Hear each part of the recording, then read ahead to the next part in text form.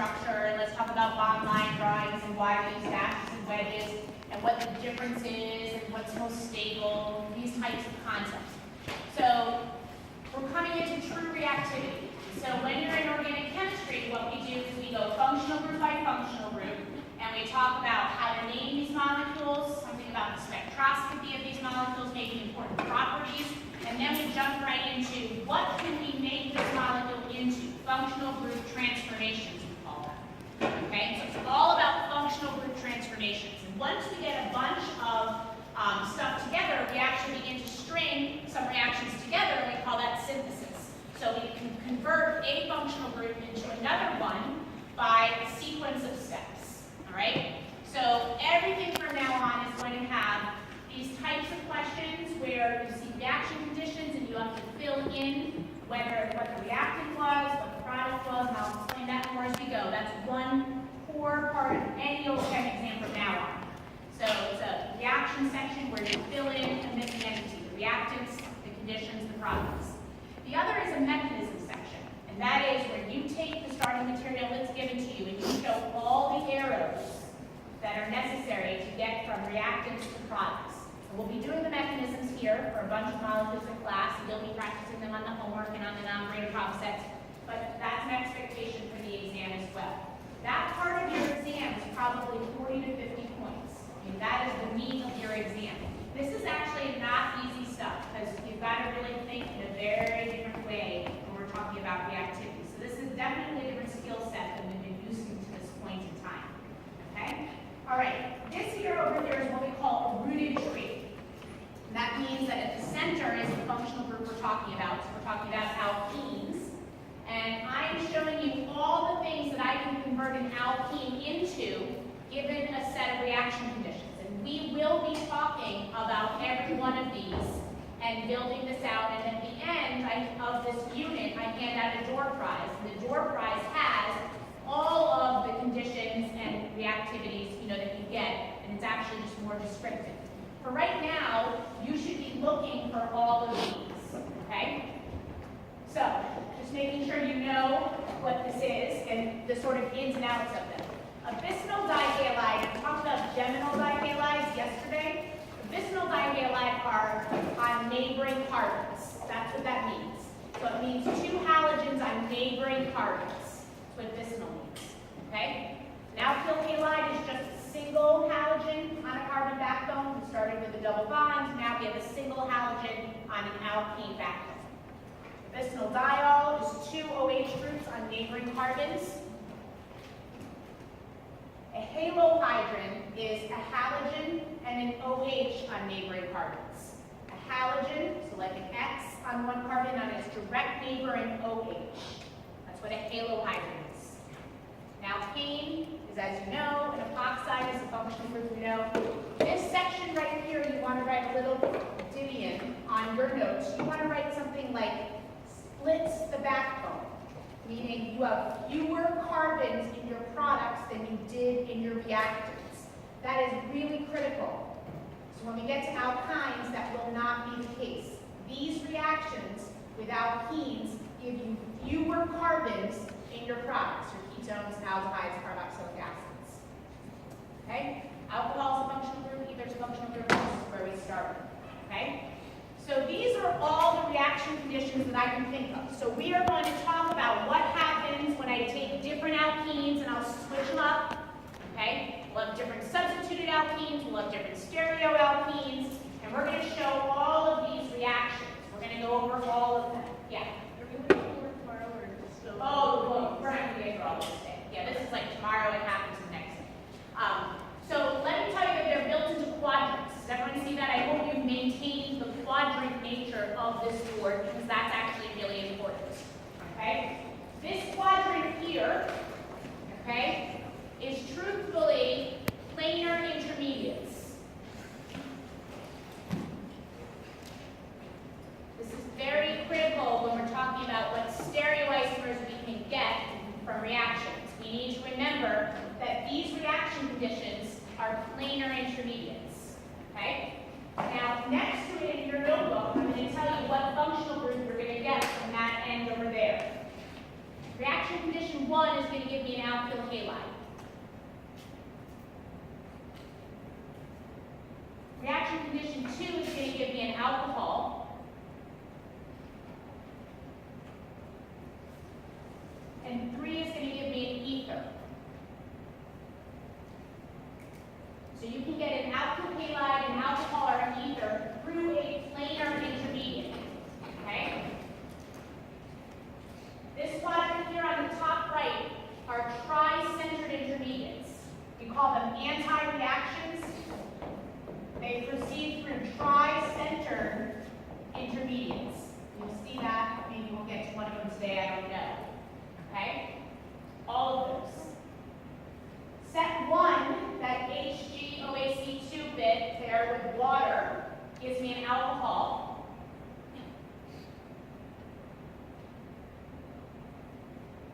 Reaction conditions 2 give me an ether. Note the difference is that I've changed the use of water with my mercury species for an alcohol with a mercury species. And when I do that, it gives me an ether as an outcome. Reaction condition set 3 gives me a bisphenol dihalide, a bisphenol dihalide, 3 bisphenol dihalide, come over there. And 4 gives me a halohydride.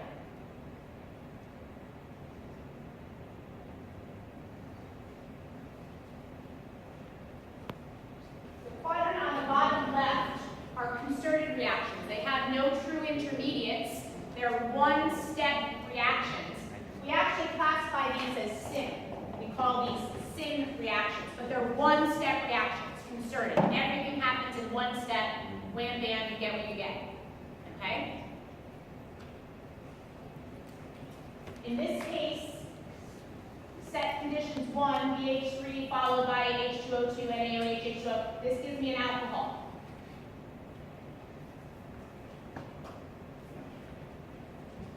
H2 platinum gives me an alkane.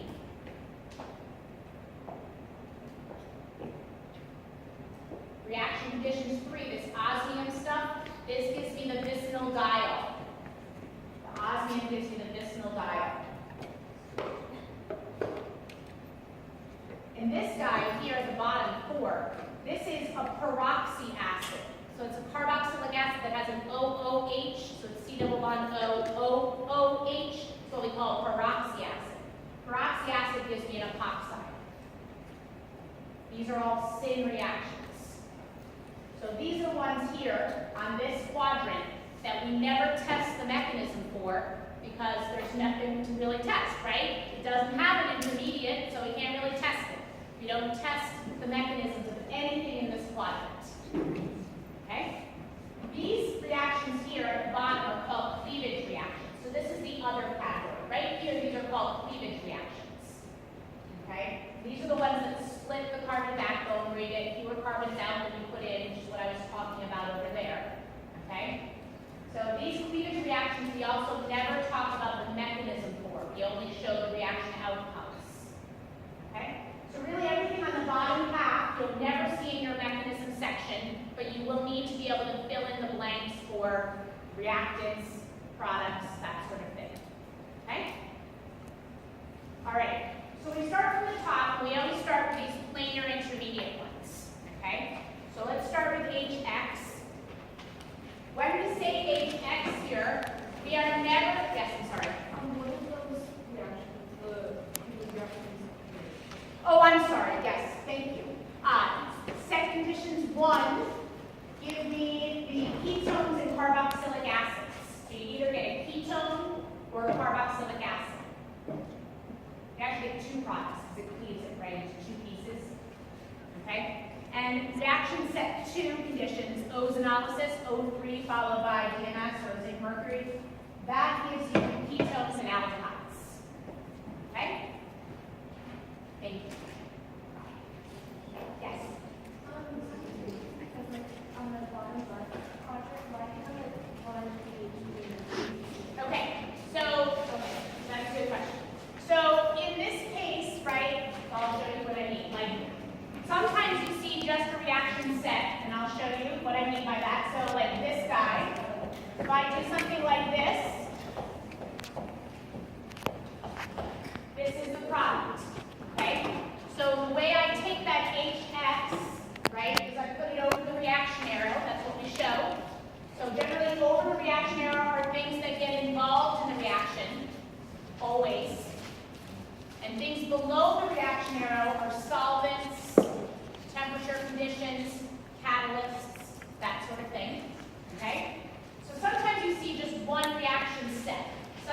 see them with a solvent. So say something like,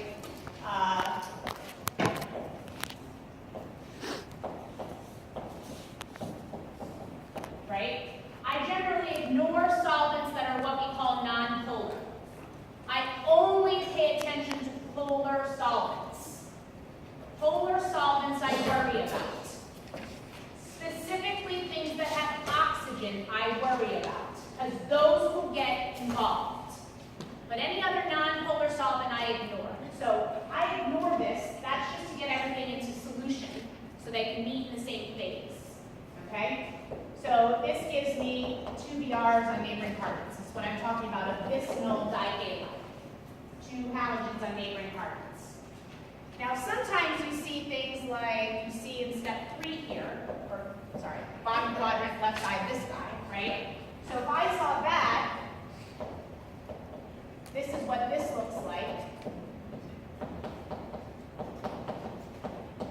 Okay? And what this means in the lab is something like this. I took this, I added osmium tetroxide. I got some crazy thing. You have no idea, it's just crazy.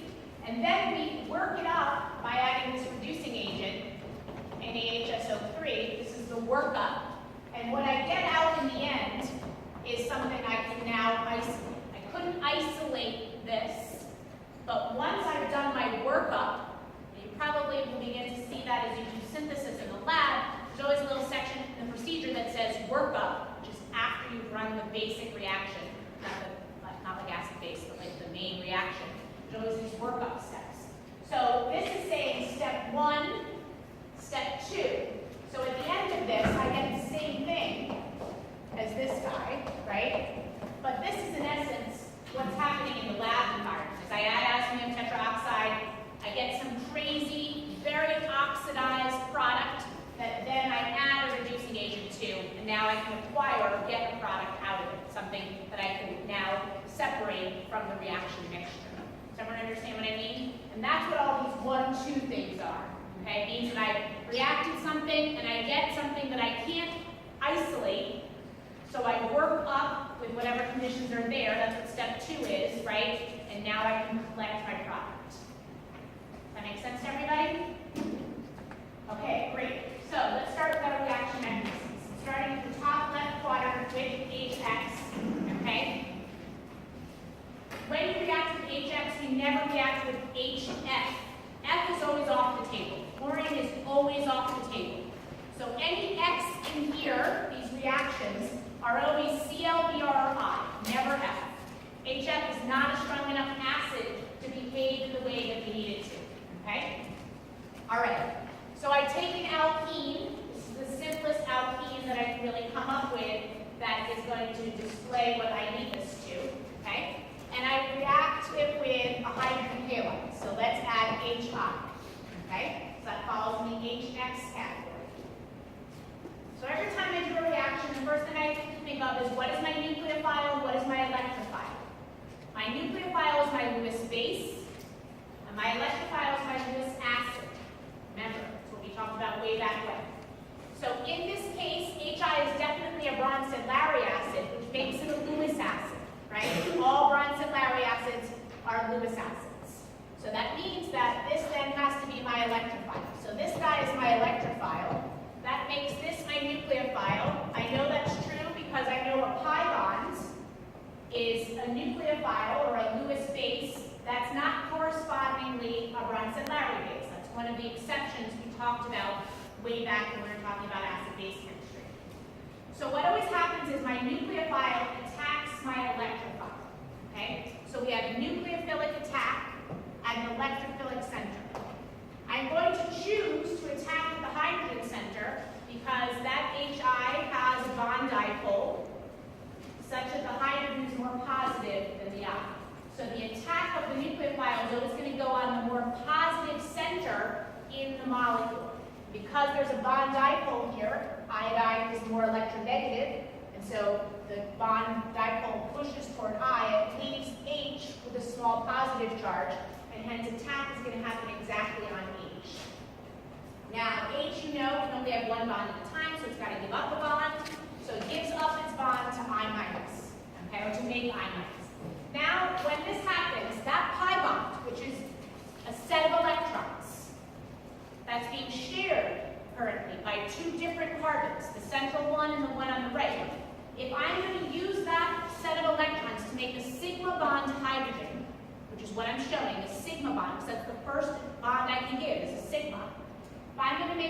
bond, that sigma bond can't exist bound to both of those carbons. It's got to choose a carbon, right? So it's either got to be bound to the central carbon, so I have one choice that can bind to the central carbon, but that's going to leave a positive charge here on the other, what was once sp2 carbon, because that carbon lost a bond, okay? One of these carbons is to lose a bond, loses an electron in this process.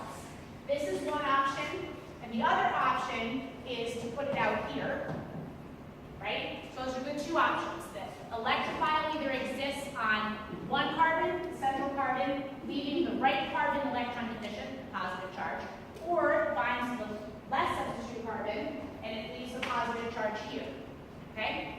Yes? Okay, I'm going to talk to you about that. Right. So there's this smart guy, and so what I know now, right, is that I minus is left in the flask. I'm going to get to your question. It's a good question. Just give me a minute.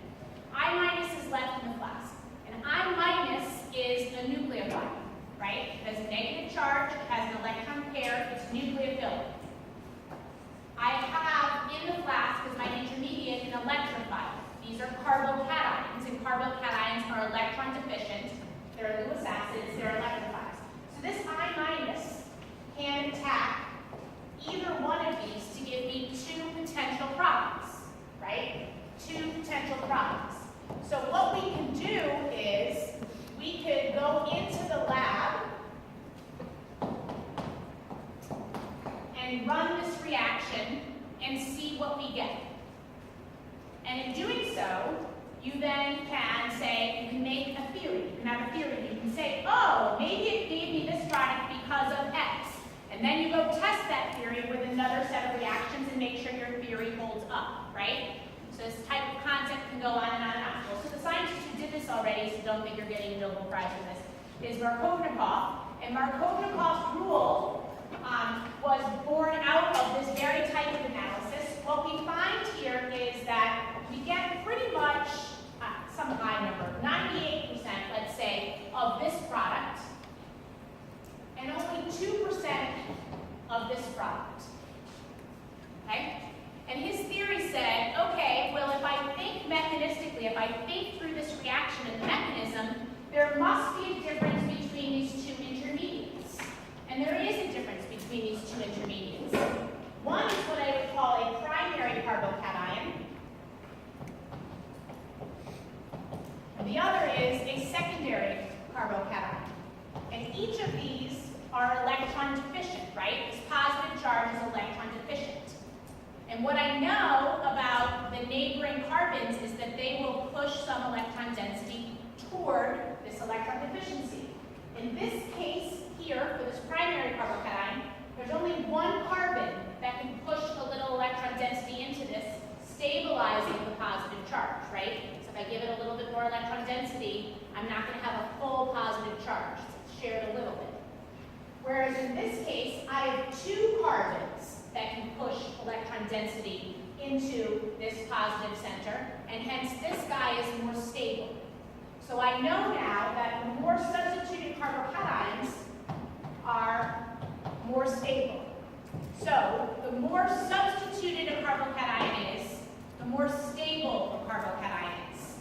And Markovnikov studied reaction after reaction after reaction and came up with this concept that I can follow the mechanism by using the following knowledge. When my nucleophilic pi bond reacts with the hydrogen halide, the electrophile is going to go to the side of the double bond with more hydrogen. It's going to go to the side of the double bond with more hydrogen. So that negates this intermediate, right? Because the side of the double bond with more hydrogen is the right carbon. In the starting material, the middle carbon has one hydrogen. The right carbon has two hydrogens. So if when the electrophile is adding, it adds to the side of the double bond that has more hydrogens, it leaves now the middle carbon with the positive charge, and then leaves behind always the more stable carbocation. So if I follow that rule for most reactions, 95%, this is indeed the case. It'll always give me the more stable carbocation, and that more stable carbocation is what's going to lead to the major product, because all reactions want to follow the lowest energy path, right? They want to create the most stable intermediate because that's the lowest energy path through a reaction. Okay? Does everyone see what I mean? Yes. How do you determine So I need to go back to my Lewis acid and Lewis base definitions. And I always know that every time a reaction runs, the very first thing I'm going to think about is acid-base chemistry, right? There was none, so I didn't report that here. That's the very first thing I'm going to do. Past that, I have to then say, what is my Lewis acid, what is my Lewis base at this point in the reaction? And the nucleophile Lewis base will always attack the electrophile Lewis acid. Yes? So pKa's are sort of your friend in this, but they're not going to be as helpful now as they will be maybe in a week's time when we get to different types of reactions. Okay, yeah?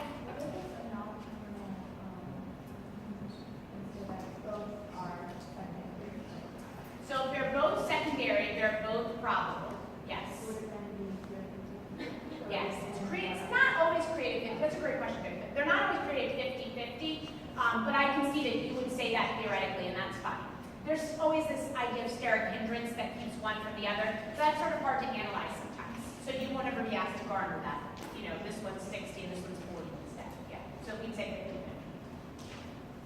50-50. Okay. So we got a couple more things to do. So let's do this guy here. Okay. And we're going to one-up ourselves, and we're going to go on and do this guy. So H2O does nothing itself. I need an acid. Notice that on the left board here in the top left quadrant, second reaction is shown as H+. Okay? This could be shown in a lot of different ways. I could put H+ below the arrow, but there are also two other things I can put below the arrow, and those are H2SO4 or H3PO4. That is truthfully H+. That means an innocuous acid. Something that's just acidic, doesn't present any nucleophilic capacity. We will never use HCl, HBr, HI in this capacity, ever. If you see H+, you need to be adding one of these two acids. This is what H+ means, just an acid, nothing else. Okay? Yes? So that doesn't have so put H3O plus would be fine too, yes, because that would be actually what we get. When you mix H2O and H2SO4, I'm just going to take one of these just to be. What you get when these react is you get H3O plus. That's indeed what you get here when you do that. H2SO4 and H2O react to give me H3O plus, and that is the active electrophile in the reaction class. Acid-base chemistry happens first. This is the active electrophile in the class. So we have the nucleophile attacking the more substitute, or attacking the electrophilic center, which is the hydrogen of the hydronium ion. If I think about Markovnikov's rule says that my new sigma bond to that hydrogen, that electrophile, is going to go to the side of the double bond that has more hydrogens. Okay? So I have this side that has 0 hydrogens, and I have this side that has 1 hydrogen. So it's going to go to this side. So the intermediate that leads to the major product, that's what we're always following, right? This did give me 2 products, 2%, 98%. 98% was major though, right?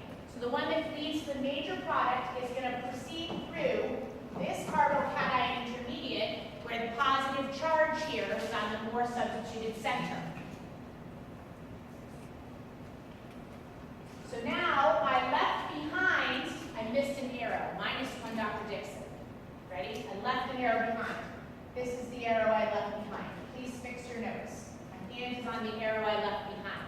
Every time you pull a hydrogen, it has to give up its bond that it had. I didn't show that. Everyone have it in their notes now? Okay. All right. So water. This was only added in a catalytic amount, right? Below the arrow, catalyst. Okay, so I have lots of water in the flask.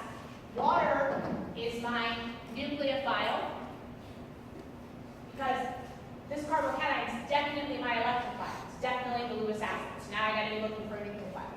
So my nucleophile will attack at that positive charge.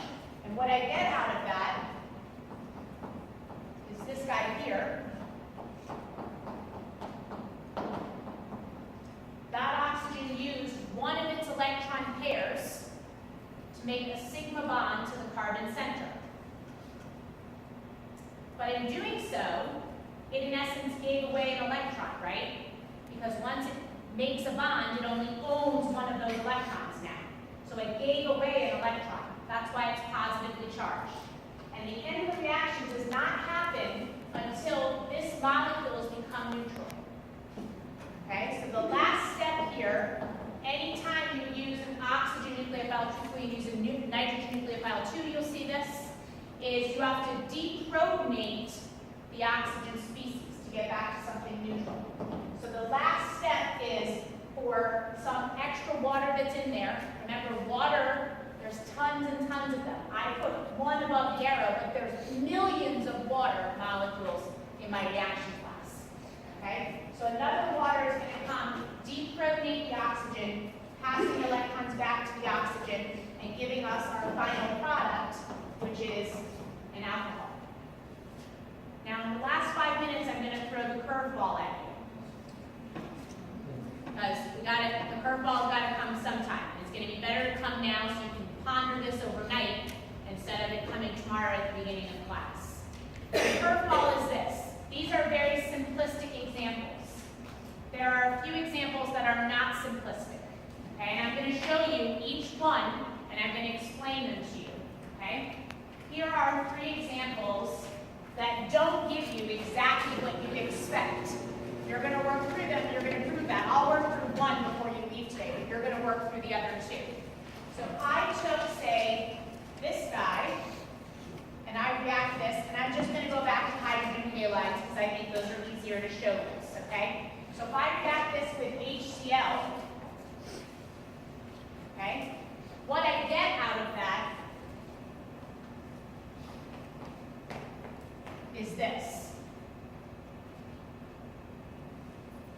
That's not what you'd expect. You're going to go back once I've covered Y with one of these and see that it's not what you'd expect. If I react, say, this guy,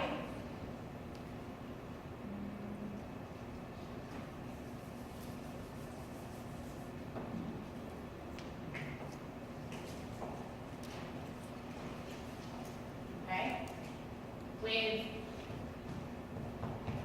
HBr, I'm going to get this.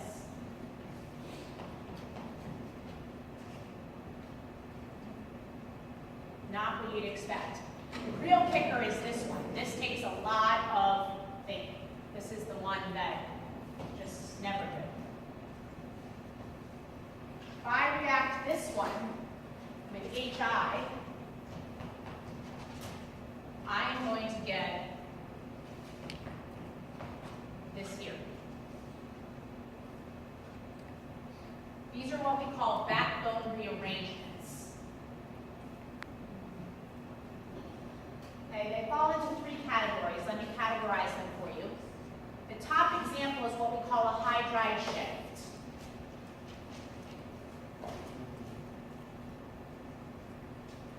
The second example here is called a methyl shift.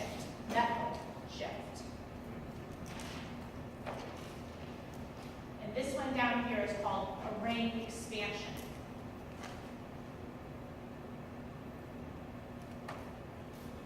All right, so let me show maybe the methyl shift for today. So you can see how it works. So I react this with HBr. And I'm following Markovnikov's rule. The nucleophile attacks the electrophilic center. It lets go of its bond to Br.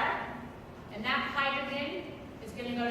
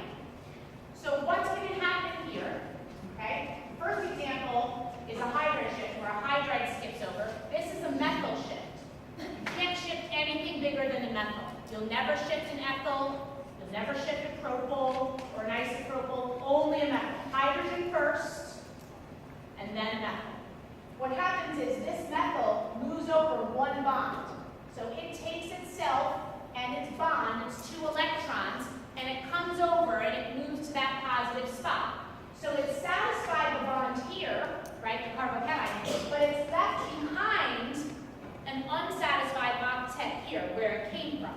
Okay? So this rearrangement now leads to this carbocation here. And this carbocation is more stable than the original one, because this is tertiary and the original one was secondary. So anytime you create a carbocation intermediate, you need to be thinking, can it be more stable, right? And there are